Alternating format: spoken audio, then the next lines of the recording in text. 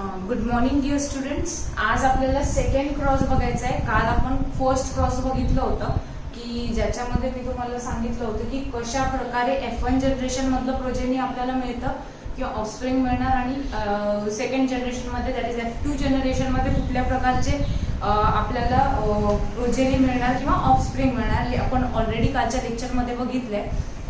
आज आपल्याला second cross बघायचंय. सेकंड क्रॉस मध्ये काय होतं किंवा कुठलं एक्झाम्पल त्यांनी घेतलंय, कुठले कॅरेक्टर्स त्यांनी याच्यामध्ये स्टडी केलेत ते मी तुम्हाला सेकंड क्रॉस मध्ये सांगणार आहे. हे अगदी हा जो व्हिडिओ आहे सेकंड क्रॉसचा जो व्हिडिओ आहे तो एकदम छोटासा असणार आहे.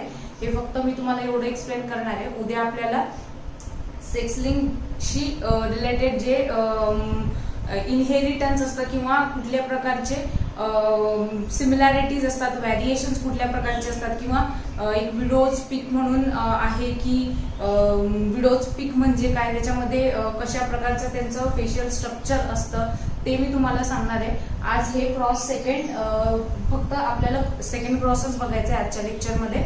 बाकी आपण उद्या बघणार आहोत. सो मग आता क्रॉस सेकंड मध्ये त्यांनी कोणता कॅरेक्टर स्टडी केले होते ते बघायचं आपल्याला. सगळ्यात पहिले त्यांनी घेतलं होता आय कलर. आईचा कलर कोणता आहे आणि विंग साईज. लाईक आपण काल आय कलर आणि बॉडीचा कलर घेतला होता राईट, की ज्याच्यामध्ये तुम्ही पाहिलं होतं 1.3% रिकॉम्बिनंट जनरेशन रिकॉम्बिनंट ऑफस्प्रिंग आपल्याला मिळालं होतं त्या पर्सेंटेजमध्ये आणि 98.7% जे होतं ते पॅरेंटल कॉम्बिनेशन जसंच्या तसं आलं होतं.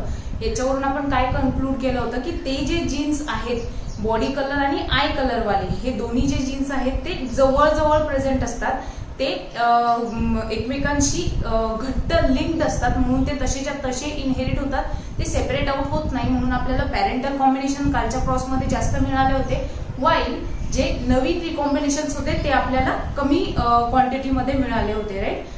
रिकॉम्बिनेशन्स आपल्याला मिळाले होते 1.3% आणि 98.7% आपल्याला पॅरेंटल कॉम्बिनेशन मिळाले होते.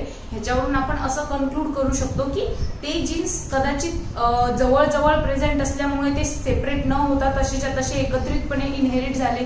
त्यांना आपण कम्प्लिटली लिंक्ड जीन म्हणतो, ज्यांना सेपरेट करणं तेवढं सोपं नसतं किंवा सेपरेटेडली ते समोरच्या जनरेशनमध्ये कॅरी फॉरवर्ड नाही होत, ते जसेच्या तसे एकत्रितपणे समोर कॅरी फॉरवर्ड होतात. म्हणून आपण कालच्या क्रॉसमध्ये ते जवळजवळ दाखवले होते, कारण जवळजवळ प्रेझेंट असल्यामुळे ते तसेच्या तसे समोरच्या जनरेशनमध्ये कॅरी फॉरवर्ड होतात. त्यांना आपण लिंक जीन्स म्हटलं होतं राईट. मी कालच्या याच्यामध्ये इकडे डायग्राम काढली होती की 2 होमोलॉगस क्रोमोझोम होते. अलीकडच्या क्रोमोझोमवर मी तुम्हाला लिंक जीन्स दाखवले होते, पण पलीकडचा जो होमोलॉगस क्रोमोझोम होता त्याच्यासारखा त्याच्यावर मी 2 वेगळे दाखवले होते. ए आणि बी थोडंसं डिस्टन्सवर दाखवलं होतं, दॅट इज ते नॉन लिंक जीन्स होते राईट. तर जे लिंक जीन्स असतात ते एकत्रितपणे इनहेरिट होतात, ठीक आहे. त्याला तुम्ही लिंकेज म्हणता. वाईल जे नॉन लिंक जीन्स असतात जे एकमेकांपासून थोड्याशा अंतरावर डिस्टन्सवर प्रेझेंट असतात ते सेपरेट होऊन किंवा त्यांच्यामध्ये क्रॉसिंग ओव्हर होऊन नवीन रिकॉम्बिनेशन तयार होतं आणि ते सेपरेट होऊन समोरच्या जनरेशनमध्ये कॅरी फॉरवर्ड होतात. म्हणून नवीन व्हॅरिएशन्स किंवा चेंजेस त्या पुढच्या जनरेशनमध्ये होतात, त्यालाच तुम्ही रिकॉम्बिनेशन म्हणता. हेच TH मॉर्गननी प्रूव्ह करायचा प्रयत्न केलाय त्याच्या एक्सपेरिमेंटमधनं की लिंकेज लिंक जीन्समुळे असतं. ते जीन्स जवळजवळ प्रेझेंट असल्यामुळे ते तसेच्या तसे इनहेरिट होतात, सेपरेट आउट होत नाही. वाईल जे जीन्स नॉन लिंक्ड असतात एकमेकांपासून डिस्टन्सवर प्रेझेंट असतात ते सेपरेटेडली स्वतः काय होत असतात, इंडिपेंडंट किंवा इंडिपेंडेंटली ते किंवा सेपरेटली ते पुढच्या जनरेशनमध्ये कॅरी फॉरवर्ड होतात, कारण की ते एकमेकांपासून डिस्टन्सवर प्रेझेंट असतात, ठीक आहे. आणि मग ते वेगवेगळे समोर सेपरेट होऊन समोर कॅरी फॉरवर्ड झाल्यामुळे काय होतं की नवीन कॉम्बिनेशन्स तिकडे तयार होतात, ठीक आहे. तर मग हे अशाच प्रकारे त्यांनी क्रॉसिंगवर किंवा नवीन रिकॉम्बिनेशन आणि लिंकेज सांगितलंय. तर फर्स्ट क्रॉस आपण ऑलरेडी शिकलोय. सेकंड क्रॉस मध्ये कोणते कॅरेक्टर्स घेतले तर आय कलर आणि विंग साईज घेतली होती त्यांनी ह्याच्यामध्ये, की डॉमिनंट जो होता त्या डॉमिनंटचा आय कलर कोणता होता, रेड कलर होता. वाईल रेसेसिव्ह जो होता त्याचा आय कलर होता व्हाईट. डॉमिनंट हा नेहमी एक्सप्रेस होतो even in presence of recessive. Recessive हा डॉमिनंटच्या प्रेझेन्समध्ये एक्सप्रेस होऊ शकत नाही, हे आपण ऑलरेडी सांगितलंय. याचं एक्झाम्पलही मी तुम्हाला सांगितलंय की तुमचे पॅरेंट्स जेव्हा असतात तेव्हा तुमचं मत तेवढं लक्षात घेतलं जात नाही, कारण तुमचे पॅरेंट्स डॉमिनंट असतात आणि तुम्ही रेसेसिव्ह असता. पण जेव्हा तुम्ही दोघं बहीण भाऊ असता तेव्हा तुम्ही दोघंही रेसेसिव्ह असल्यामुळे काय होतं की तुम्ही एक्सप्रेस होऊ शकता इन प्रेझेन्स ऑफ देम, ठीक आहे. पण तुमच्या पेरेंट्सच्या प्रेझेन्समध्ये तुम्ही एक्सप्रेस नाही होऊ शकत, कारण ते डॉमिनंट असतात आणि तुम्ही रेसेसिव्ह असतात. एक्झाम्पल मी ऑलरेडी तुम्हाला बऱ्याच वेळा सांगितलंय. तर असो, आय कलर कोणता कोणता घेतला, रेड आणि व्हाईट घेतला. व्हाईट विंग साईज घेतली एक नॉर्मल आणि एक मिनिएचर म्हणजे स्मॉल, ठीक आहे. तर रेड कलर इंडिकेट करण्यासाठी स्मॉल डब्ल्यू घेतला की ज्याच्या raise to the positive sign दाखवलंय, आणि व्हाईट कलर साठी फक्त डब्ल्यू घेतला. व्हाईट इकडे नॉर्मल विंग्स साठी एम पॉझिटिव्हचं साईन घेतलंय raise to the, white miniature साठी फक्त एम घेतलंय, ठीक आहे. तर असो, रेड कलर किंवा नॉर्मल विंग्स जे होते ते डॉमिनंट होते, व्हाईट कलरचे आईज आणि मिनिएचर विंग्स जे होते ते रेसेसिव्ह होते, ठीक आहे. तर त्यांनी डॉमिनंट आणि रेसेसिव्ह सांगितले की कुठला कलर डॉमिनंट आहे किंवा कुठली साईज डॉमिनंट आहे आणि कुठला कलर रेसेसिव्ह किंवा कुठली साईज रेसेसिव्ह आहे ते सांगितलं इकडे. तर आय कलर रेड आणि व्हाईट घेतला, व्हाईल विंग्सची साईज जी होती ती नॉर्मल आणि मिनिएचर घेतली, ठीक आहे. तर असो, मग आता कोणते पेरेंट्स होते, तर this one both of these are parents, ठीक आहे. रेड आईड नॉर्मल विंग, एक पेरेंट जो होता तो होता रेड आईड नॉर्मल विंग. आता इकडे एक्स वाय आहे म्हणजे ऑब्वियस गोष्ट आहे तो मेल असणार, ठीक आहे. वाय इकडे एक्स एक्स आहे म्हणजे ऑब्वियस गोष्ट आहे ती फिमेल असणार, कारण मेल जेव्हा असतो तेव्हा एक्स वाय असतं आणि जेव्हा फिमेल असते तेव्हा एक्स एक्स असतं, ठीक आहे. तर काय केलं त्यांनी, सेकंड क्रॉस मध्ये मेल आणि फिमेल घेतला की ज्याच्यातला मेल जो होता तो रेड, त्याच्या कलर आईजचा कलर रेड होता आणि त्याचे विंग्स नॉर्मल होते. वाईल फिमेल जी घेतली तिच्या आईजचा कलर व्हाईट होता आणि तिचे जे विंग होते ते मिनिएचर विंग होते, ठीक आहे. तर मग या मेल आणि फिमेल मध्ये जेव्हा त्यांनी क्रॉसिंग घडवून आणलं, मेटिंग घडवून आणलं, तेव्हा गॅमेट्स तयार झाले. कारण सगळ्यात पहिले मेटिंग किंवा क्रॉसिंग घडवून आणल्यानंतर गॅमेट फॉर्मेशन होत असतं की ज्याच्यामध्ये ऑब्वियस गोष्ट आहे, आता एक्स वाय आहे म्हटल्यावर दोन वेगवेगळे गॅमेट्स घ्यावे लागणार, that is W plus M plus आणि वाय, ठीक आहे. तर हा झाला हे फर्स्ट गॅमेट, आणि सेकंड हे दोन्ही पण सेम असल्यामुळे आपण दोघांचा एकच घेणार, that is X W and M, ठीक आहे. तर हे आहेत गॅमेट्स, ठीक आहे. गॅमेट फॉर्मेशन झाल्यानंतर मी तुम्हाला सांगितलं होतं की याचं या दोघांबरोबरही कॉम्बिनेशन होणार, याचं पहिले याच्या बरोबर कॉम्बिनेशन होणार आणि नंतर परत याचं कॉम्बिनेशन या वाय बरोबर होणार, ठीक आहे. आणि त्याचं कॉम्बिनेशन किंवा क्रॉसिंग झाल्यानंतर जे ऑफस्प्रिंग आपल्याला मिळणार ते असणार F1 जनरेशनचं, that is F1 generation. Then have a look, इकडे काय सांगितलंय, पहिले याचं आणि याचं क्रॉसिंग होणार, ठीक आहे. या एक्सचं आणि या एक्सचं क्रॉसिंग होणार आणि तयार होतं W plus M plus, that is W plus M plus आणि हा डब्ल्यू एम, ठीक आहे. डब्ल्यू एम एक्स एक्स, या दोघांचा संबंध संपला. आता राहिलं कोण, एक्स आणि वाय. तर मग इकडे हा एक्स डब्ल्यू एम आणि हा वाय जसाचा तसा. ही आहे बाळांनो F1 जनरेशन, ठीक आहे. F1 जनरेशन मध्ये आपल्याला काय मिळालं, रेड आईड नॉर्मल विंग, ठीक आहे, आणि व्हाईट आईड मिनिएचर विंग, ठीक आहे. म्हणजे असे कॅरेक्टर समोरच्या जनरेशन मध्ये कॅरी फॉरवर्ड झाले. ओनली द डिफरन्स इज की इकडे व्हाईट आईड मिनिएचर विंग वाली, जस्ट 1 मिनिट. तर ओके, काय सांगितलं मी इकडे तुम्हाला की पॅरेंटल कॉम्बिनेशन जशीच्या तसे आपल्याला F1 जनरेशन मध्ये मिळाले. ओनली द डिफरन्स इज की इथे व्हाईट आईड मिनिएचर विंग वाली फिमेल होती, दोन्ही एक्स एक्स आहे म्हटल्यावर फिमेल असणार, ठीक आहे. आणि रेड आईड नॉर्मल विंग वाला काय होता, मेल होता, ठीक आहे. तर इकडे काय झालंय फक्त की रेड आईड नॉर्मल विंग वाली फिमेल आली आहे आणि इकडे काय आहे, व्हाईट आईड मिनिएचर विंग वाला मेल आलाय. म्हणजे काय झालंय, जसेच्या तसे पॅरेंटल कॉम्बिनेशन इकडे F1 जनरेशन मध्ये तुम्हाला मिळाले, ठीक आहे. कुठल्याही प्रकारचा चेंज इकडे झालेला नाही आहे. पॅरेंटल कॉम्बिनेशन जसेच्या तसे F1 जनरेशन मध्ये मिळाले, ठीक आहे. मग आता आपण काय करत असतो, F1 जनरेशन मध्ये परत सेल्फिंग घडवून आणतो त्यांचा, राईट. त्यांचं परत आपण क्रॉसिंग घडवून आणतो आणि त्याच्यानंतर त्यांचं क्रॉसिंग घडवून आणल्यानंतर जे ऑफस्प्रिंग आपल्याला मिळतं त्याला आपण F2 जनरेशन असं म्हणतो, राईट. मग आता F1 जनरेशन मधले आपण घेतले गॅमेट्स, ठीक आहे. गॅमेट्स कोणत्या कोणत्या प्रकारचे फॉर्म होतात, तर सगळ्यात पहिले गॅमेट फॉर्मेशन होणार W plus M plus W N M. म्हणजे कोणता घेतला, पहिले हा एक्स आणि हा एक्स, ठीक आहे, राईट. या एक्स आणि या एक्सचा संबंध संपल्यानंतर परत हा x आणि हा x येणार, ठीक आहे. मग आता याचा या दोघांबरोबरचा संबंध संपल्यानंतर मग टर्न टू दी y, मग y चा आणि याचा आणि y चा आणि याचा, म्हणजे ठीक आहे याचा या दोघांबरोबर संपर्क येणार आणि या y चा सुद्धा या दोघांबरोबर संपर्क येणार आणि त्याच्यानंतर आपल्याला ह्याच्यामध्ये गॅमेट्स मिळणार. त्याच्या पॉसिबिलिटीज कशा असतात तर सगळ्यात पहिले बाळांनो W प्लस M प्लस आणि WM हे झालं पहिलं parental combination. Then turn to the next. आता इथे काय सांगितलंय, हे रिकॉम्बिनंट आहे. त्यांनी काय सांगितलंय की गॅमेट फॉर्मेशन मध्ये ही जेव्हा आपण सेल्फिंग करतो फर्स्ट जनरेशन मधल्या ऑफस्प्रिंगचं, तेव्हा एक रिकॉम्बिनंट गॅमेट फॉर्मेशनचं सुद्धा तिथे एक पॉसिबिलिटी असते. आधीच्या कालच्या क्रॉसमध्ये मी तुम्हाला हे तिकडे मेन्शन नाही केलं, मला वाटलंही असेल की हे रिकॉम्बिनंट कसं येतं व तर हे जे रिकॉम्बिनंट आहे त्याची पॉसिबिलिटी असते की असं रिकॉम्बिनंट गॅमेट जो आहे तो इकडे फॉर्म होऊ शकतो की ज्याच्यामध्ये फक्त काय होतं की याच्यामध्ये हा जो पॉझिटिव्ह साइन आहे हा इकडे राहणार, वाईल याचा जो पॉझिटिव्ह साइन असतो तो एक्सचेंज होतो, ठीक आहे. याचा पॉझिटिव्ह साइन इकडे येणार, ठीक आहे. लक्ष देऊन ऐकायचंय की या रिकॉम्बिनंट मध्ये काय झालंय की इथे एक W प्लस घेतलाय, ठीक आहे. हा W प्लस ह्याला W प्लसच राहणार, पण नंतरचा जो W आहे तो हा असणार विदाउट एनी साइन, म्हणून इथे दाखवलंय W प्लस आणि इकडे W वर कुठल्याही प्रकारचा साइन नाहीये. वाईल हा M घेतला जाणार, ठीक आहे.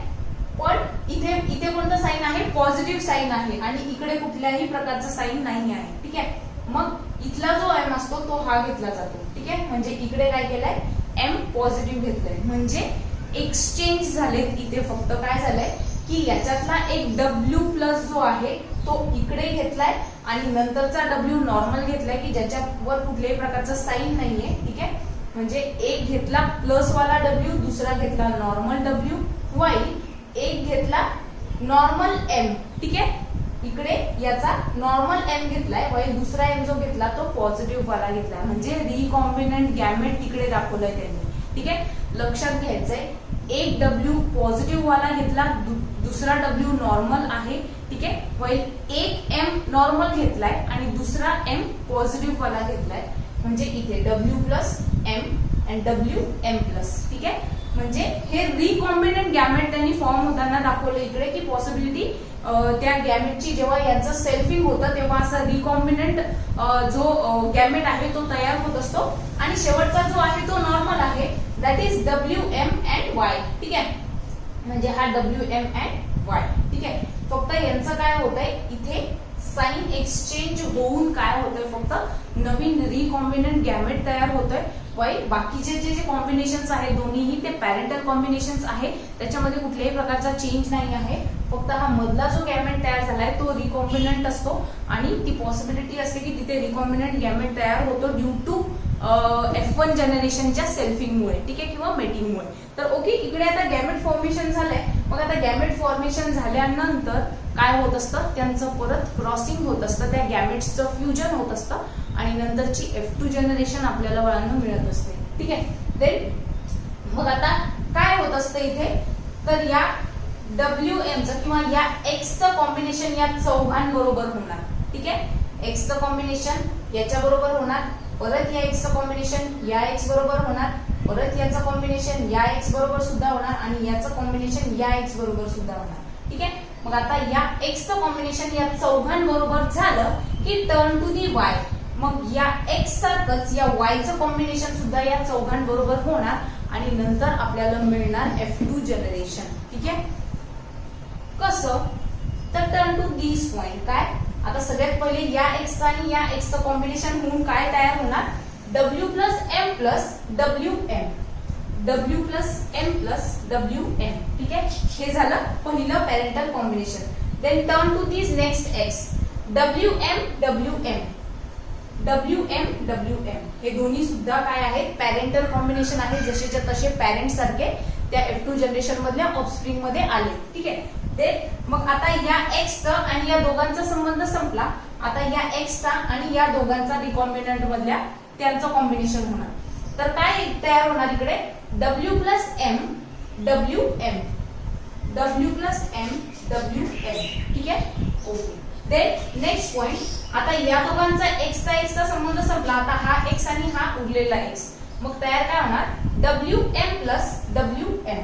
Turn to this WM plus WM. ठीक आहे, हे झालं रिकॉम्बिनंट. ठीक आहे, काय झालंय रिकॉम्बिनंट जनरेशन फॉर्म झालंय. 2 जनरेशन मध्ये रिकॉम्बिनंट ऑफस्प्रिंग फॉर्म झाला. ठीक आहे, पहिला होता पॅरेंट, दुसरा झाला रिकॉम्बिनंट. तर ओके, आता मग या एक्सचं आणि या चारही एक्सचा संबंध संपला. आता टर्न टू दी वाय, या वायचं कॉम्बिनेशन या चौघांबरोबर. ठीक आहे, मग आता कसं फॉर्म होणार, तर W plus M plus y, W plus M plus y. ठीक आहे, हे झालं पहिलं. आता हा दुसरा एक्स WM वाय, WM इकडे काय आहे वाय. ठीक आहे, सॉरी इकडे W प्लस आहे. ठीक आहे, तर काय W प्लस आणि W प्लस M आणि हा Y. ठीक आहे, आणि शेवटचं दॅट इज WM प्लस आणि Y, WM प्लस आणि Y. ठीक आहे, हे होतं पॅरेंटल कॉम्बिनेशन, हे होतं रिकॉम्बिनंट जनरेशन किंवा रिकॉम्बिनंट ऑफस्प्रिंग. ठीक आहे, लक्षात घ्यायचंय बाळांनो, F1 जनरेशन मध्ये जे गॅमेट्स तयार होतात त्याच्यामध्ये तुम्हाला या एक्सचं या चौघांबरोबर कॉम्बिनेशन करायचं असतं. एक्सचं संपलं की उरलेलं या वायचं या चौघांबरोबर कॉम्बिनेशन करायचं असतं आणि मग नंतर तुम्हाला हा सगळा असा चार्ट मिळतो. तर याच्यामध्ये काय झालं की पॅरेंटल कॉम्बिनेशन जे होतं ते 62.8% मिळालं, वाईल जे रिकॉम्बिनंट जनरेशन होतं ते तुम्हाला मिळालं किंवा जे रिकॉम्बिनंट ऑफस्प्रिंग तुम्हाला मिळाले ते होते 37.2%. याच्या ऑपोजिट जो क्रॉस फर्स्ट आपण पाहिला त्याच्यामध्ये आपल्याला रिकॉम्बिनंट अगदी कमी मिळालं होतं. रिकॉम्बिनंट जे ऑफस्प्रिंग होते ते अगदी कमी रेशो मध्ये मिळाले होते, दॅट इज एकदम कमी पर्सेंटेज होतं, दॅट इज ओनली 1.3%. का, कारण की त्याच्यामध्ये जे जीन्स प्रेझेंट होते ते लिंक्ड जीन्स होते, ते जवळजवळ आपण दाखवले होते. याच्यामध्ये जर तुमच्या लक्षात आलं असेल तर कालचा क्रॉस जो होता त्याच्यामध्ये आपण जे ए आणि बी दाखवले होते किंवा जे अल्फाबेट्स आपण यूज केले होते W आणि M वाले, तर ते जवळजवळ दाखवले होते. पण इथे जर तुम्ही पाहिलं या क्रॉस मध्ये तर W आणि M आपण त्यांच्यामध्ये डिस्टन्स दाखवलाय. का, कारण की फर्स्ट क्रॉस मध्ये जे होते त्याच्यामध्ये आपल्याला कॉम्बिनेशन्स नवीन रिकॉम्बिनेशन्स अगदी कमी मिळाले, त्याचं पर्सेंटेज फक्त 1.3% होतं. राईट, तर रिकॉम्बिनंट जे मिळाले होते ते 1.3% होते आणि पॅरेंटल कॉम्बिनेशन जे मिळाले होते ते होते 98.7% असं काहीतरी कॉम्बिनेशन मिळालं होतं पॅरेंटल. मग याच्यावरून त्यांनी असं कन्क्लूड केलं की ते जीन्स जवळजवळ प्रेझेंट असतात म्हणून ते वेगळे होत नाही आणि तसेच्या तसे इनहेरिट होतात, म्हणून पॅरेंटल कॉम्बिनेशन्स आपल्याला जास्त मिळतात आणि रिकॉम्बिनेशन्स कमी मिळतात, कारण त्यांचं सेपरेशनच होत नाही, ते एकत्रितपणे समोर इनहेरिट होतात फर्स्ट क्रॉस मध्ये. पण सेकंड क्रॉस मध्ये काय दाखवलं की हे दूर दूर दाखवले. दूर दूर म्हणजे काय, हे नॉन लिंक जीन्स आहेत आणि ते वेगळे होऊन सेपरेटली काय होत असतात समोरच्या जनरेशन मध्ये कॅरी फॉरवर्ड होतात आणि म्हणून त्यांच्यामध्ये रिकॉम्बिनेशन्स जास्त प्रमाणात आढळून येतात.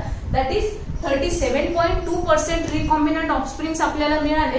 पण पॅरेंटल कॉम्बिनेशन त्याच्यापेक्षा जास्त जरी असले तरी सुद्धा इथे काय झालंय की आधीच्या क्रॉसपेक्षा नवीन रिकॉम्बिनेशन्स आपल्याला इकडे जास्त मिळाले. ठीक आहे, आणि पॅरेंटल कॉम्बिनेशन किती होते 62.8%, वाईल फर्स्ट क्रॉस मध्ये पॅरेंटल कॉम्बिनेशन अगदी आपल्याला 98% एवढे मिळाले होते, कारण ते जीन्स लिंक्ड होते, जवळजवळ प्रेझेंट होते आणि ते एकत्रितपणे कॅरी फॉरवर्ड झाल्यामुळे काय होतं की त्यांच्यामध्ये कुठल्याही प्रकारचे जास्त व्हॅरिएशन्स किंवा रिकॉम्बिनेशन्स होत नाही. ठीक आहे, वाईल हे जे जीन्स आहेत ते नॉन लिंक जीन्स आहेत, ते एकमेकांपासून डिस्टन्सवर प्रेझेंट असल्यामुळे काय होणार की ती सेपरेटेडली समोर कॅरी फॉरवर्ड होणार, त्यांच्यामध्ये क्रॉसिंग ओव्हर होणार आणि त्याच्यामधून नवीन कॉम्बिनेशन्स तयार होणार. ठीक आहे, तर मग याच्यावरून कन्क्लुजन काय करणार तुम्ही की फर्स्ट क्रॉस मध्ये काय सिलेक्ट केलं होतं आपण, बॉडी कलर आणि आय कलर घेतला होता. ठीक आहे, तर फर्स्ट क्रॉस मध्ये बॉडी कलर आणि आय कलर हे लिंकेज शो करतात. कसं प्रकारे लिंकेज शो करतात, कारण की फर्स्ट